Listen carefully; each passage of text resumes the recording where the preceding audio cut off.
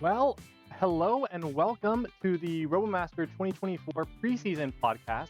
I'm Steven, joined this week by Natalie, who some of you may know from inspection. She's our head inspector, Mrs. Inspector Detector herself.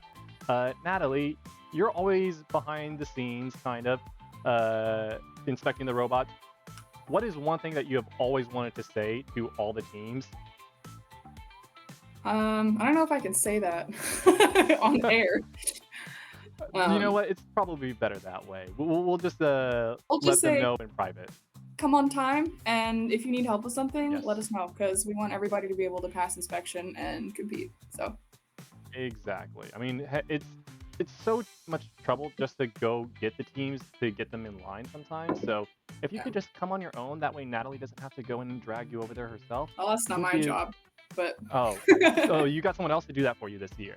yeah, and last year. I just kind of sit Okay. at the table and press buttons. Nice. We're making improvements. Well, this week we are interviewing two teams, CU and TAMU. CU being our host for this year, Colorado. Looking forward to it. They're actually going to be our first host, so let's go ahead and bring them in. Why don't we? I think that'll be a lot of fun. So, Kyle and Dylan, why don't you all go ahead and introduce yourselves? Yeah, for sure. I'm Kyle. I'm the president of CU Robotics this year. I guess co-president, working with Isaac, who was our president last year. This is going into my fourth year on the team next semester, but this will be my third season. And yeah, really excited for another robotics competition. So, my name is Dylan, and I am the director of manufacturing for CU. So I run all of our in-house machining and fabrication. This is my second year on the team, and I'm real excited. Awesome. Well, we're happy to have you guys here. I am realizing that my face is gone. I'm trying to fix that. Give me just 1 second. Natalie, why don't you go ahead and start us off with the questions while I try to make myself magically reappear? Absolutely. So starting off from the top, how would you grade your performance last year? You got it first, Dylan. Well, it was a mixed bag, as I'm sure you're all aware. I give it I don't know, somewhere in the low B range. Like the robots worked, but they broke themselves at inconvenient moments, and that ended up taking us out of the competition. So it was a bit of a disappointing result, but we had an all right start, and we think we can come back better. I understand that. Kyle, what about you? How would you grade your performance? Yeah. I think Dylan hit on some key points there. We showed up the first day and we had a moving sentry, which was kind of a big deal last year. I remember that.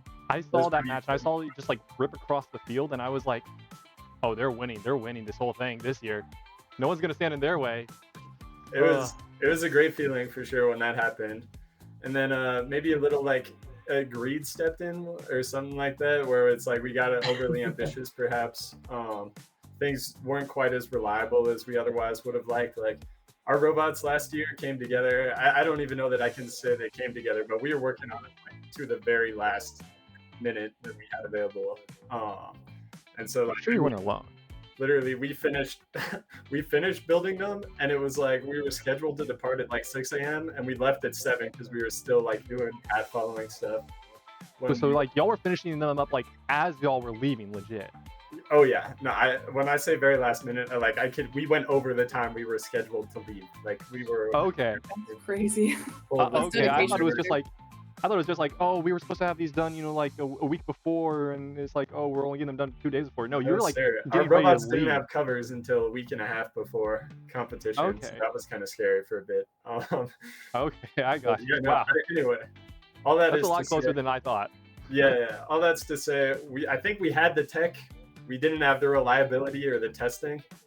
So basically, as you saw, I think our robots were very technically capable when they functioned, And now this year, I think we learned a lesson and focused a lot more on robustness. Hopefully, we kept a lot of the good tech, maybe even improved some of it, but we really put a bigger emphasis on the reliability this year. So I think it's going to be a little better show and hopefully more consistently exciting than just a match party.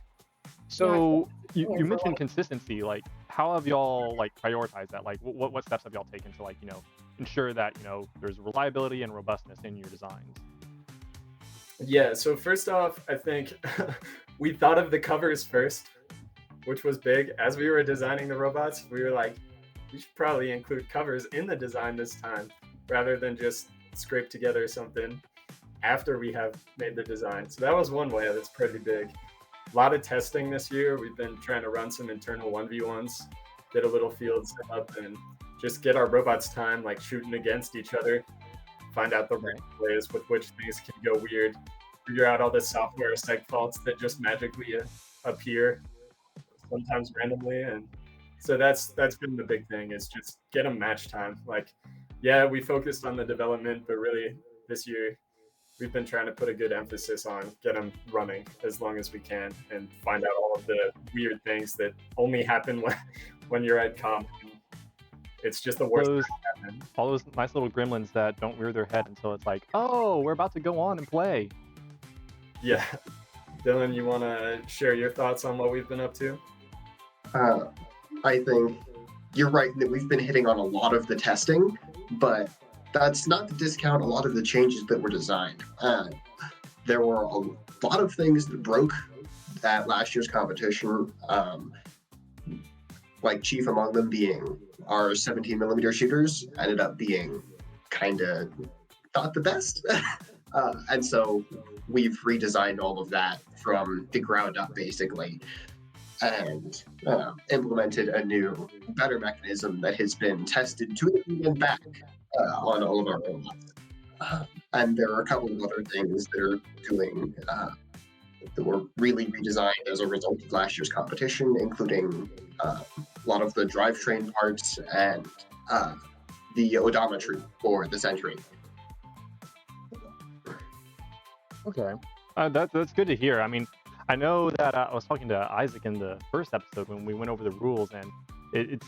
I feel like y'all have gotten the short end of the stick every year when it's like y'all come up with some crazy new design, and then RMOC just comes in with the ban hammer and like completely negates it, and then the next rule they're like, nope, you can't do that anymore. You can't have that. Nope, sorry, that's too cool. That's not allowed. I think it's the highest form of honor to get a rule named after your idea in the spirit of F1 in many ways. Yeah. Once you get the rule after your design, you made it. That's that means we're doing it right. Yeah. Yeah, I agree. So then what are like your goals for this year? Obviously you're hosting, so you got that home field advantage, if you will. Like, what's the goal? Like, what would you consider, like, Dylan, to like take you up to that A level of performance? I think, well, obviously the goal that we're building the robots for is to win. But in terms of more specific technical goals, is we want them, like Kyle was saying, we want them to work. We want them to work every time, and we want to kind of minimize that, like, at comp grind. We want to test everything beforehand and have it all nailed down. Now, whether that's a pipe dream or not is yet to be determined, but, like, we're shooting for it. Like, reliability is the number one thing. If we can play our best in every match, like, that's going to give us a really good shot. Awesome. Kyle, anything to add, or similar along those lines? Yeah.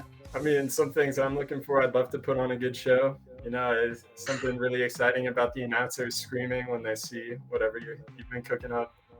So that's like kind of a nice personal wish, I guess. And then what else? Yeah, I mean, we've got our eyes set for at least the like upper bracket. Hopefully, you'll see us on finals day. And then, I mean, yeah, there's some good teams. We know that, so we'll see how it goes. We've got some high ambitions, and I think we've got we're in a good spot to hopefully put on a good show, like I was saying. We'll see. Okay. Well, I mean, hey, not only are there going to be good teams, but there's going to be a lot of teams this year. I mean, it's the most teams ever at an RMNA. So Are y'all excited, a little bit intimidated, cautious about that? Me personally, I'm excited. I think, part of RMNA that I enjoyed a lot was getting to interact with other teams and see their robots and talk to them and just get exposed to the same problems but other people's solutions to them. And I think the more teams we get, the more diversity there's going to be, and the more interesting innovations we're going to see. And so I think that's the big thing for me. But there's going to be more teams to go through. But we think we can do it, right? I love that confidence. Yeah, I'm with Dylan. I'm super pumped. I would love to see RMNA get as big as it can. I want this to be as many colleges as possible involved. And yeah, so to see more teams and it just growing each year it's a really exciting prospect to me. And I hope the trend continues. I'd really love to see this be a really fantastic competition. So when's Colorado State joining? Yeah, we'll have to get on that. I'll make sure it happens. I'm gonna have to invite them out this year. Be like, hey, look at us. Look at what we're doing. For sure, yeah. Awesome. I know a guy over there. We'll see. Okay, got that in then. Maybe you'll get the friendly competition, maybe some scrimmages going. That way you don't have to 1v1 against your own teammates. You can do it for bragging rights against Colorado State or some other Colorado school. Yes, sir. Awesome. Brad's on the line. Yeah. Love to see it. So speaking of hosting this year, though, we've seen in competitions past, specifically in 2022 and then last year in 2023, how sometimes the host team has kind of struggled a little bit more. The added responsibilities, you're spread out a little bit more. You're trying to get all the volunteers for the competition. How are y'all treating hosting this year? You've seen TAMU host, you've seen UW host. What are the lessons that y'all were able to take from those competitions, and what are y'all trying to really focus on for hosting it this year in Colorado?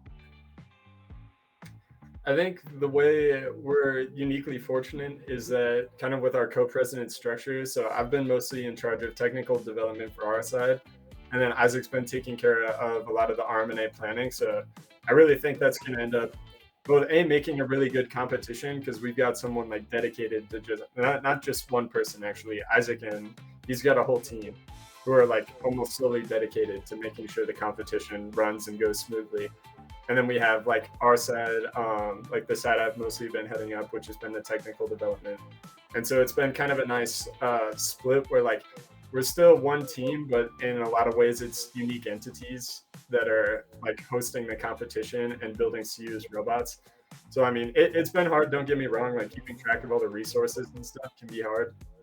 But I think it'll turn out pretty well. Isaac's been doing a great job planning. I'm really excited. Some of the details, or a lot of the details, are kind of kept in the dark from even me, just to try to maintain fairness. And so I'm really excited to see what he's put together. The things I do hear about sound really exciting.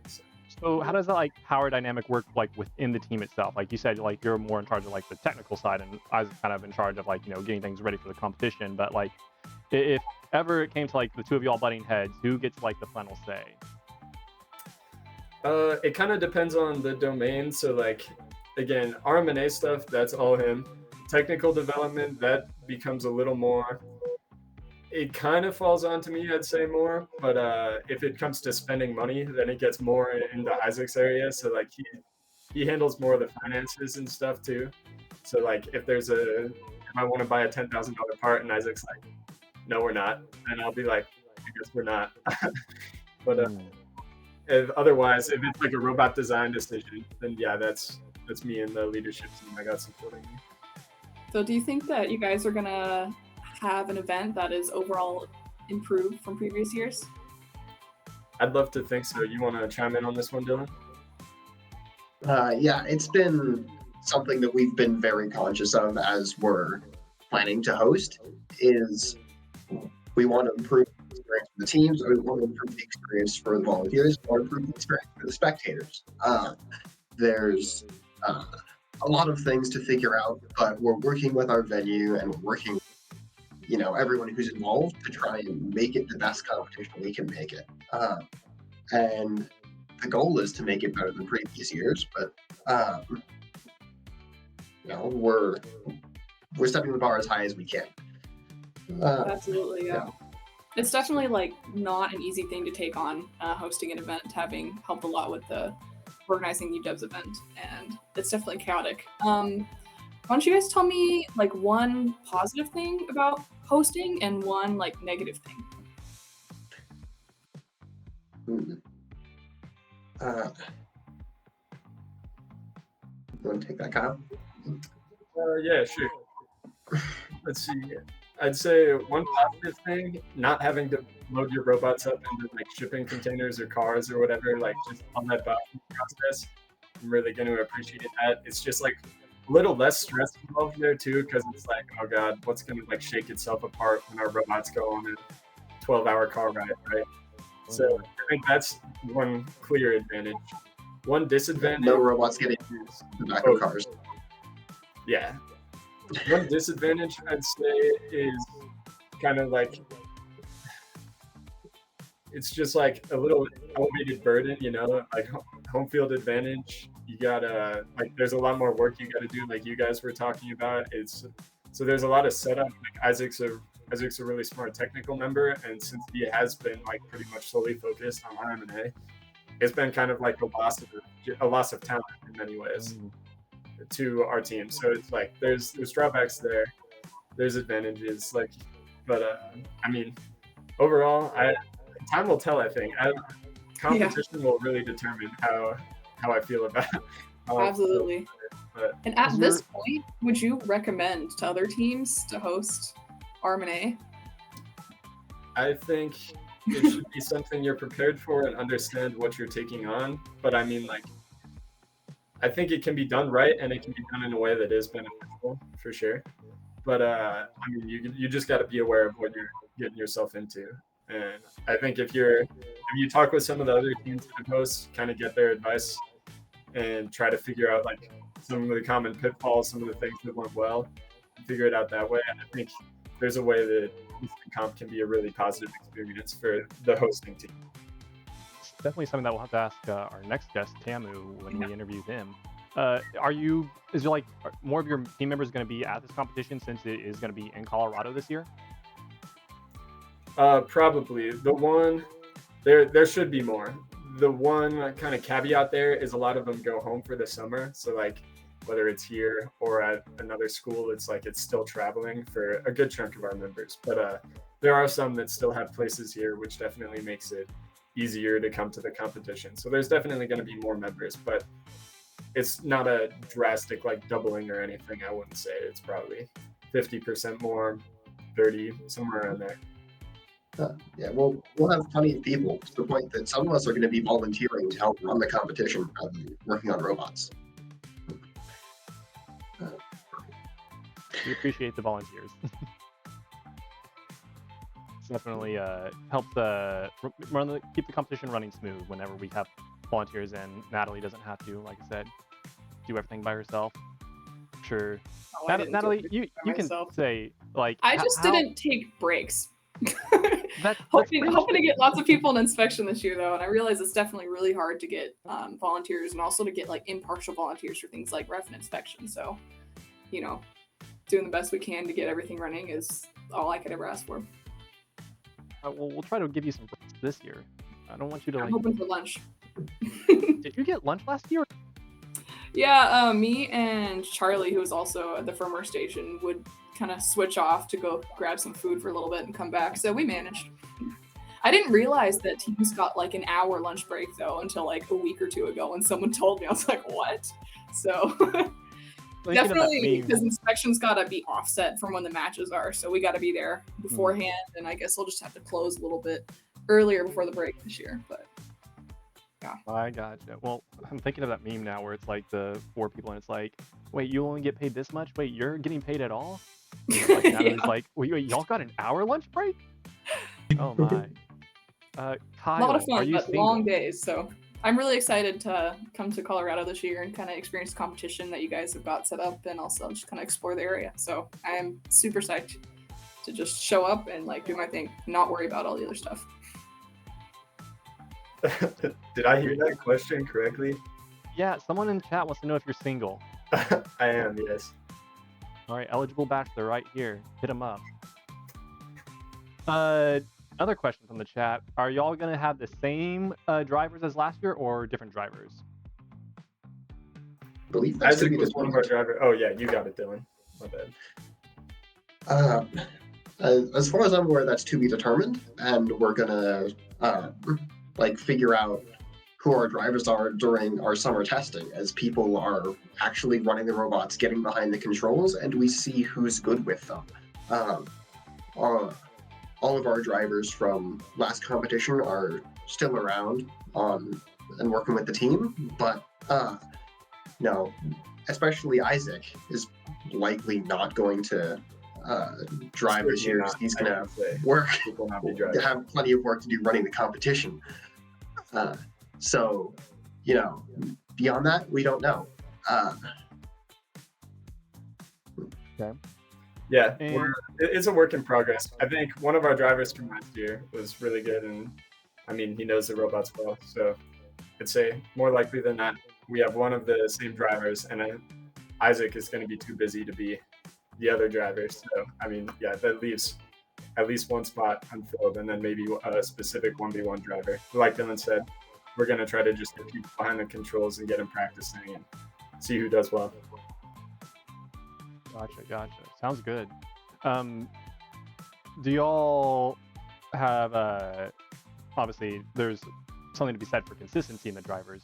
So do you think it's going to be difficult to get the new drivers trained in time? I mean, you mentioned like obviously you're trying to get the robots finished earlier on in the process, but do you think you'll have time to get them all fully trained up and give them time to practice? The goal is that the robots are doing more work than the humans are. You will see how good that actually happens. But yeah, that's the dream. And so hopefully the driver skill is less of an issue. But no, we're trying to get on the driver practice this week. So if it does end up becoming an actual function of the win rate, then hopefully we'll have that experience. But yeah, we'll see. The goal is to not really matter which driver it is. We'll see though. Good to know. Let's see, what other questions do we have for y'all? Anyone in the chat have any more questions?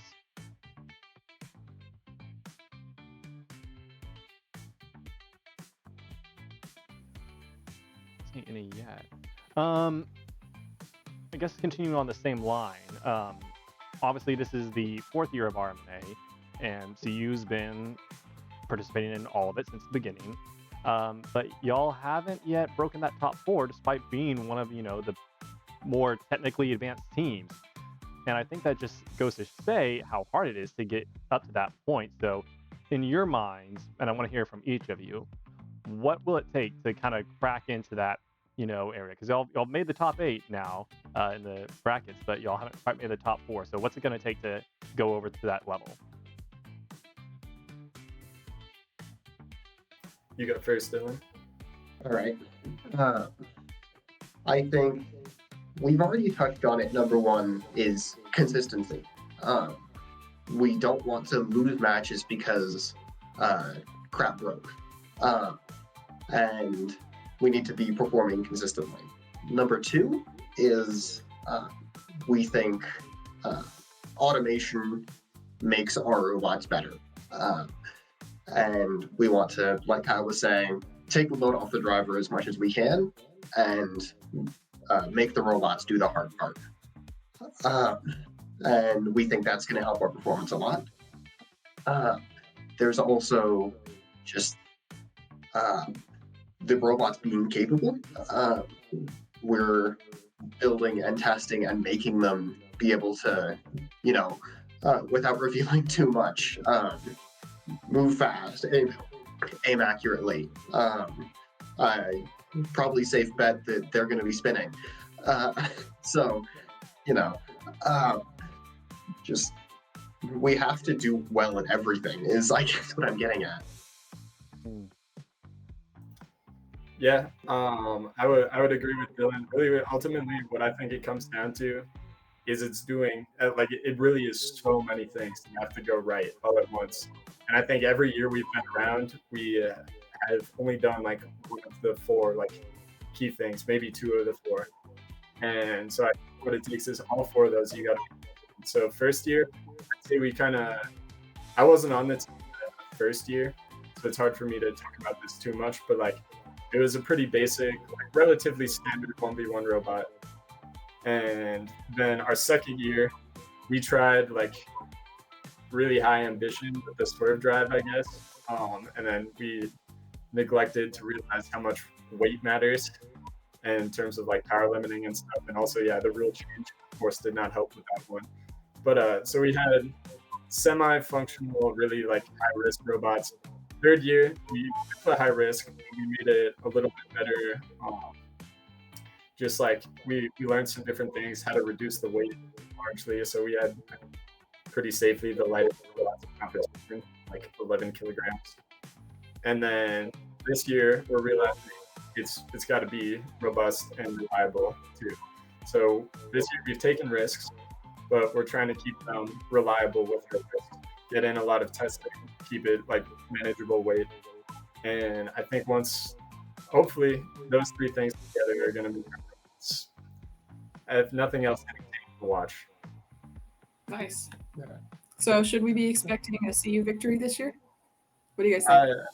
Expecting it is bold, but I wouldn't rule it out for sure. Sweet.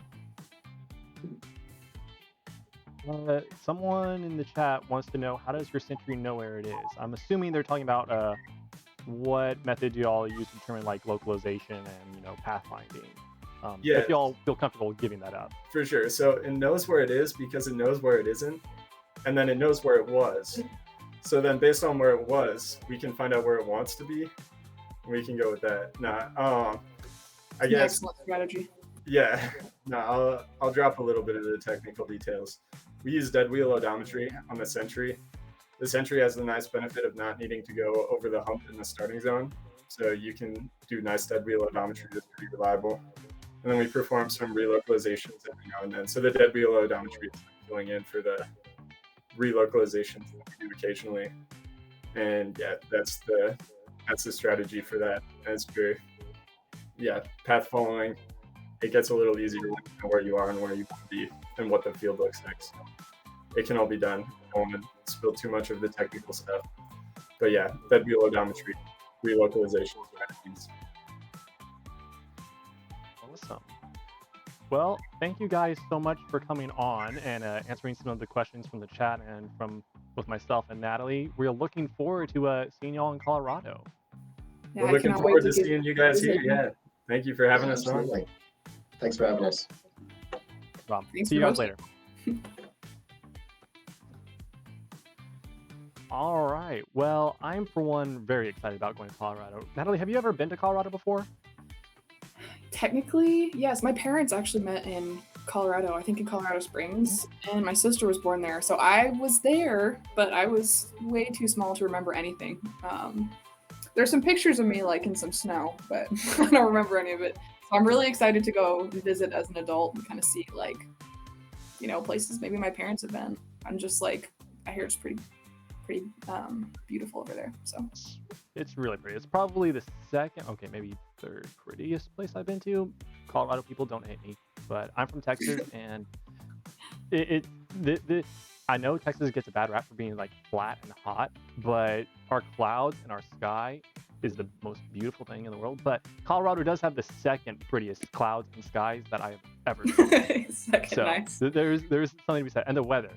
That is something that is very much nicer than Texas. The weather, it's like 70s, maybe low 80s all year round practically. And then maybe it'll get a little cold in the winter. I mean, it's 65 here and I'm like sweating, so kind of. It'll definitely be a change. But let's go ahead and bring in. Too, so. The what? I hear the skiing's nice there too, so maybe I'll visit in the winter, but definitely excited to see. That'll definitely be fun. Oh, we should do a RoboMaster ski trip. That would be fun. All right. Well, let's bring in our next guest from my former school, TAMU. Dom, it's good to see you, man. Why don't you go ahead and introduce yourself, your position on the team, and what you do?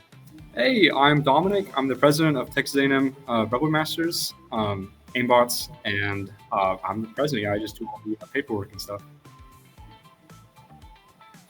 Sweet. Just the paperwork. Just the paperwork. Full-time job. Hey, someone's got to do it, right? So with the, it's probably a lot of paperwork given the size of your team. You guys are like one of the largest teams in North America, right? Yeah, I think so. I think we're sitting at about 95 members, probably closer to 80 active. 80 active members. So how do you manage, is it hard to manage a team with that many people on it? So given our org structure, I think it's pretty tame. We have each team lead manages about 15 to 20 people. So I think that makes it pretty manageable from their part. And then whenever you get to the upper part of it, managing dues payments and handing out T-shirts and stuff, it can get a little hectic. Once you keep it under your belt, for the most part, it's okay. Yeah. I remember being on the team, and I felt like I almost didn't even meet everyone on the team until we took the big team picture, because it was there was always some other sub team or sub team working on something over there on electrical that was I didn't even know they existed. I'm like, whoa. What are Would they you doing? say that it's advantageous to have a really large team versus a smaller team? I think it depends on how you manage it. Our team's always been really focused on training our engineers. So whereas we could be more effective with probably a team of 6 for each robot, and everybody's really technically competent and knows what they're doing, we opted to go for 15 or 20. We're able to train up freshmen and sophomores to be the best they can be. So whenever they get to be that age, they can help train the next generation, but also produce some pretty good robots. Nice. So presumably you guys have less of a problem with kind of information generational gaps when you got the people leaving with all the information. Yeah. Do you think that it's sometimes hard to distribute the workload with so many members? It can be, and again, the way our org is distributed, we have a team lead for each robot, so it's kind of up to the team lead and their management style. Some of them like to take it upon themselves to take care of stuff, while others like to distribute the workload for each person. Just kind of depends on your management style. But that also, your team leads are learning a lot about how to manage a group of engineers, which translates really well into when they go and find a real job. Certainly you get some experience working as a team and managing a team, and we often like to you were being humble when you say it's just doing the paperwork, but there's a lot that goes into it, because you're having to basically manage an entire organization, and I'm sure that Natalie, as being former leadership, you can attest to how hard that is, right? Oh yeah, I was the mechanical lead in my senior year, and before that I was just a regular member, so that was a really hard jump to make. And it doesn't seem I gotta manage 5-6 teams of people with a couple people each, and even at that small size, it was just so hard. So a lot of respect for the people who are in RoboMaster leadership and how much work that takes. Definitely.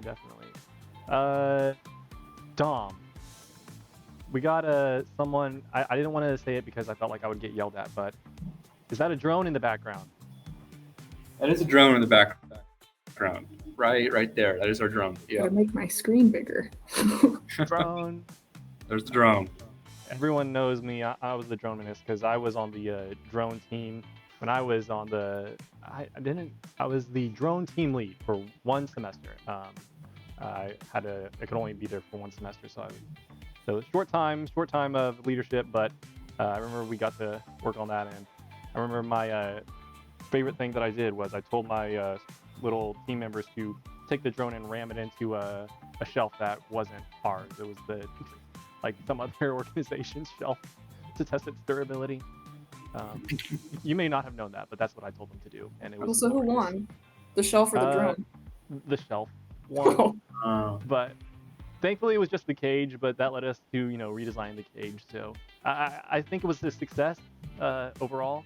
And then I got yelled at for crashing it into someone else's equipment. So we didn't do that again. It was just a one-time test. Moving forward, what are you looking forward to at this competition? like in Um, 2024? I'm really looking forward to seeing all these robots shooting at 30 meters per second and just kind of watching probably robots get torn apart. Honestly, I think a lot of people aren't going to be super prepared for it. And I think it'll be kind of interesting to see maybe even some of the good teams not fully prepared. Even our robots are not shooting very well at 30 meters per second, so we're having to go back and redesign some parts and put on a different material to prepare for that. So I think that'll be the most interesting thing, is seeing some, hopefully a little bit of drama and some more robots break and some more It's going to be a good year for covers. Yeah. Oh yeah. Just as long as you're not shooting at the commentators like last year or the wall. We like to keep our walls intact. So every year, speaking of like robot performance, TAMU has consistently been placing like at least top 3, doing really well in the competition. So what does it take to stay so competitive? I think the big thing is consistency. So you need to have at least one robot that works pretty much all the time. I think for us last year, that was our standard until the very end, of course. And I think you see it a lot with VT as well. Their hero was great. And then you see with UW with all the robots. So I think the biggest thing for any team is to make sure you have at least one robot that's working all the time and is having 0 issues. Yeah, absolutely. That's really good advice.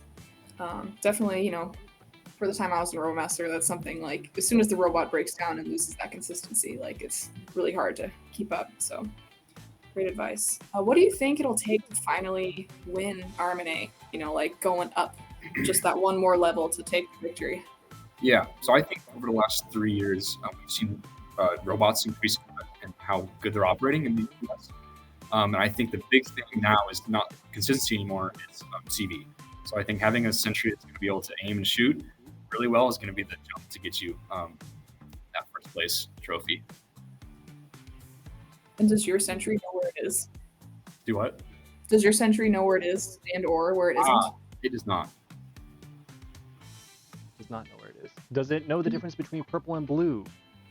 Because 2 years now, the TAMU Sentry has shot at its own base. We think it does. Fingers crossed. Fingers crossed. They're pretty similar colors, Yeah, they're pretty close. It's one of those hard things that's like minute details. Like, why did they pick purple as the overshield color or the invincibility color? Mm-hmm. So do you guys have all of your robots shooting at 3 meters a second? I believe so. Oh wait, well, not Hero, I don't think, but I do think the other 2, Sentry and Standards, are both shooting at 30 meters per second. Yeah, we've got dialed in pretty close to 30 at least. Was that like a pretty tough engineering challenge? Like, how did you make the jump up to the higher speed? Was it a lot of work? No, I think our firewall compression was already pretty close to 30, even when we didn't want it to be.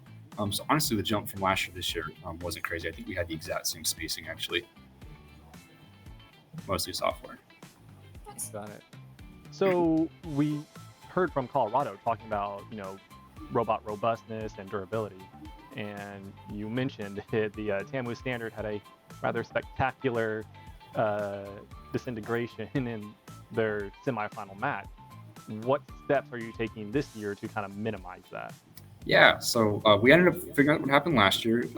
Our slip ring, the wires coming out the bottom was actually still rotating. There was nothing stopping those wires from rotating. So they're actually rubbing up on nuts under the flywheel attachment.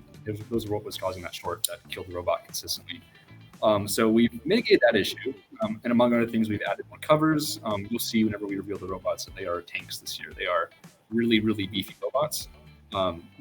Mostly because we designed them for the jump for RMNA or for RMUC. But we've really taken our buses to the next level on our standards, I think. Awesome. Are you guys excited to be going back to RMEC? We're really excited. Really nervous, really apprehensive. But I think we got a good team going. I think we have 20 people who are all ready to go. And I think we are just really excited to experience the full 7v7 competition. I'm super excited to watch you guys from back in the US. How are you feeling personally about it? Apprehensive, excited? Apprehensive. I've never left the country before, so that culture shock, I'm assuming, is a little bit of an issue. Getting adjusted to the time zone as well. In terms of robots, though, I'm pretty confident. I think we're gonna at least be at the international bracket. I'm a little sad we're not taking the drones to China, but we couldn't quite get the drone pilot stuff figured out. So besides that, I'm really looking forward to it. And for everyone watching, why don't you go ahead and explain how the 7v7 competition works in China? Because Isaac and I, we only went over the RMNA rule set, so the 3v3 and the 1v1. So why don't you tell us about this competition? Yeah, so imagine RMNA times 2. So instead of one outpost, there's 2 per team. One's called the outpost, and one's called the base. So there's that aspect of it. And then it's just a much larger arena. It's about the size of a basketball court. There's different levels. There's different height levels you can get to. There's sniper points. There's robot, kind of the engineer in this competition that moves these things called minerals. They're 200 mil by 200 mil, I think, EPA foam cubes that you use for currency. With that currency, you can use it to buy ammo. You can buy that drone with backs, fly and shoot stuff. You can buy this, I think that's the dart right there, launch some missiles across the arena to hit the outpost or the base. You can also buy power-ups with that currency. It's just like RMNA with a lot more levels of, it's a lot more than RMNA, I guess. What else? There's 3 standards instead of 1 standard. There's still sentries from the hero. And I think that's about it. Just a much larger version of our 3v3 competition here in the US. Do you notice there's like a more challenging aspect to that, like in particular, that you would like say is different from RMNA? Yeah, I think the big thing is there's nuances for each robot. I think for the standard specifically, there's this jump that we are required to hit for the inspection. So that means all of our standards need to be kitted out with suspension. There's also these things called little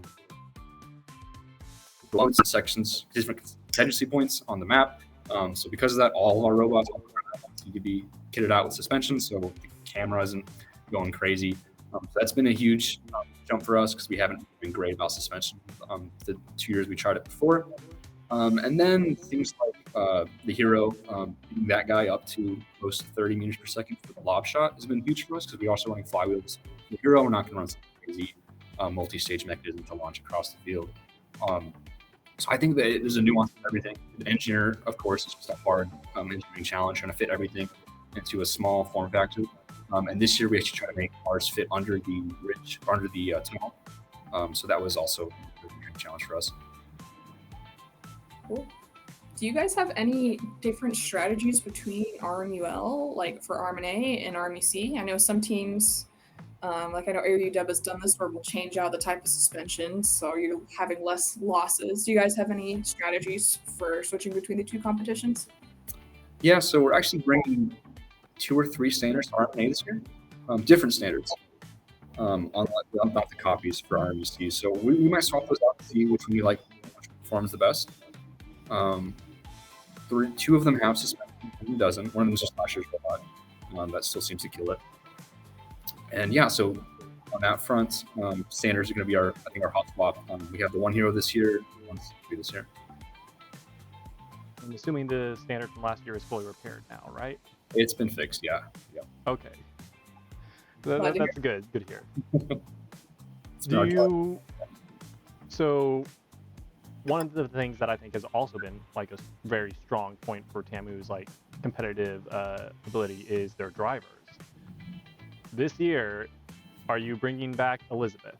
She's not coming to the US, unfortunately. I know. So don't worry, we've got some new drivers who are ready to step up and kill it. But she's going to be in China killing it there. Okay. So you get her for the big competition then? Get her for the big competition. Awesome. Are you trying to do like driver training, to train these new drivers? So that's actually been her part on the team actually is she's our VP of comp. So she's been managing all the driver training and all of the getting of drivers, I guess. So video gaming, getting our robots out and doing with them. That's how we also were able to field test a lot of our standards. Getting our hero out, shooting stuff, that's all been her. So we've really gone through a pretty rigorous driving for our robots this last few weeks. Robots got done about 3-4 weeks ago, so we've been able to actually get the standards on the field and practice with them in that time. So I think that's been really huge for us this year, being able to do that more than 1 standard and having people drive our robots. Okay. And I heard you said your robots are done? Done-ish, yeah. Drivable, shootable, practicable. There's always. I'm impressed. What are you guys doing for the next, month then? Just practicing? Really? Most of us are actually gone this year. I think there's 1 member of our leadership team is going to be in CSTAT, so we kind of push to get these robots done. So we all got jobs and stuff. So we're Humble brag.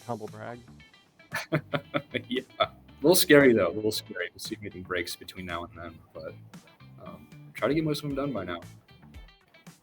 Do you think that's given you like a little bit of relief having them done this early though, so that way you're kind of not having to rush at the last minute?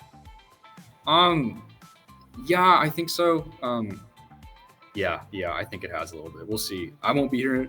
A lot of us won't be here in town, so we wouldn't be feeling that rush anyway. I do think we're gonna be able to sleep a little bit better at night wherever we are in the U.S. though, knowing that our part's done and hopefully it doesn't get broke at Boulder. Yeah.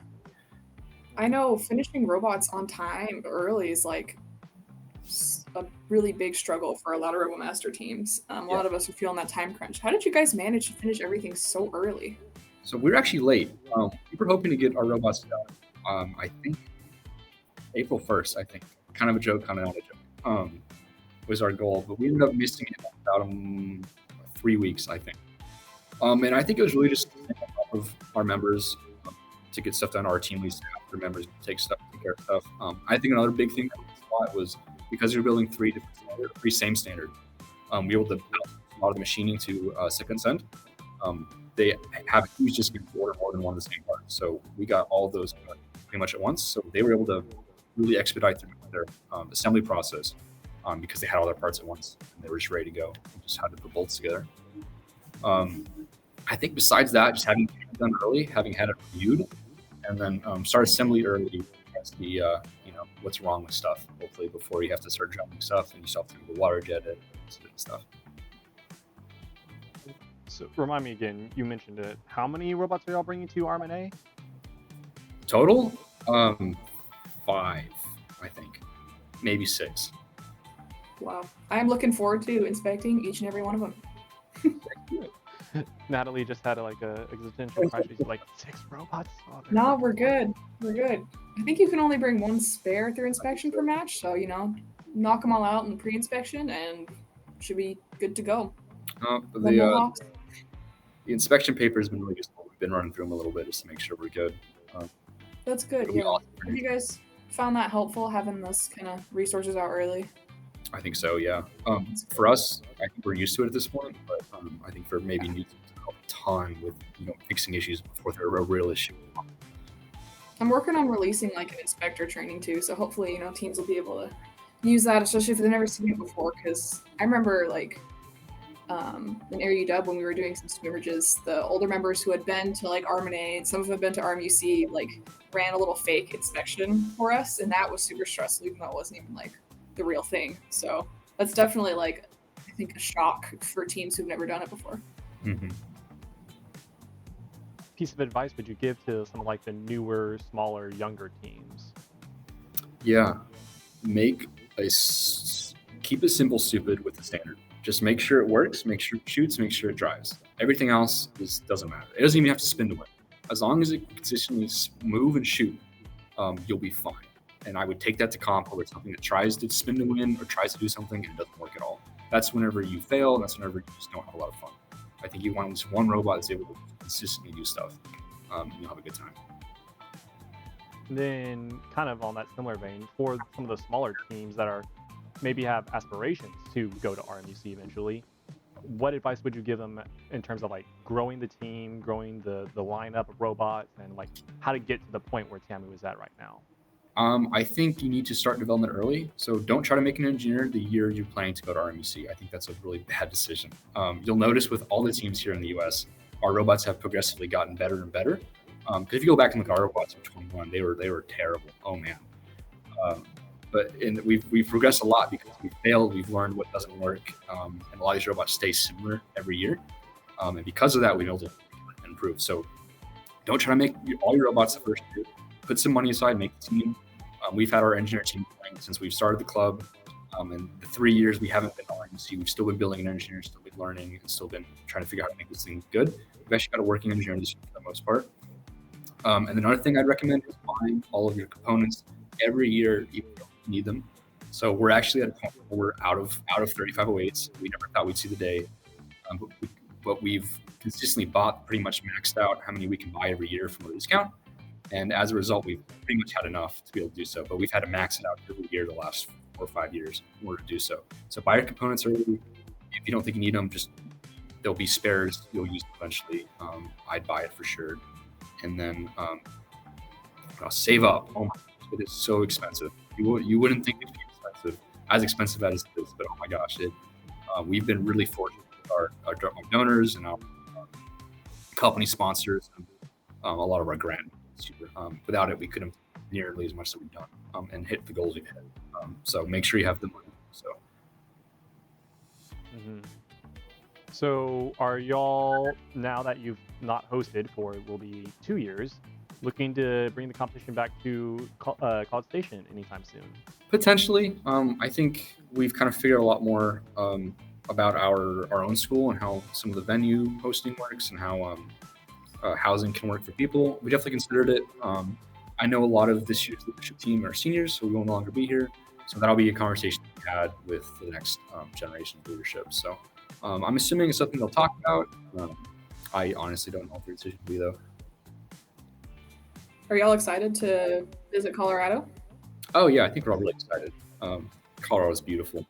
Maybe not the altitude, but everything else about it is wonderful. Way cooler than Have you been before? I have. My brother goes to school in Colorado Springs, so I've been there a few times. What are some things that you would recommend doing in Colorado? Oh, I'm a big disc golfer, so we hit some really cool courses up there.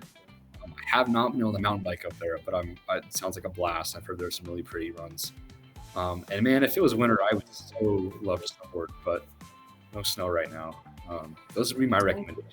Yeah, we got to get that RMNA snowboard trip. We're going to have to get on that. You and me and Natalie, we're going to have to organize this. All right, let's do it.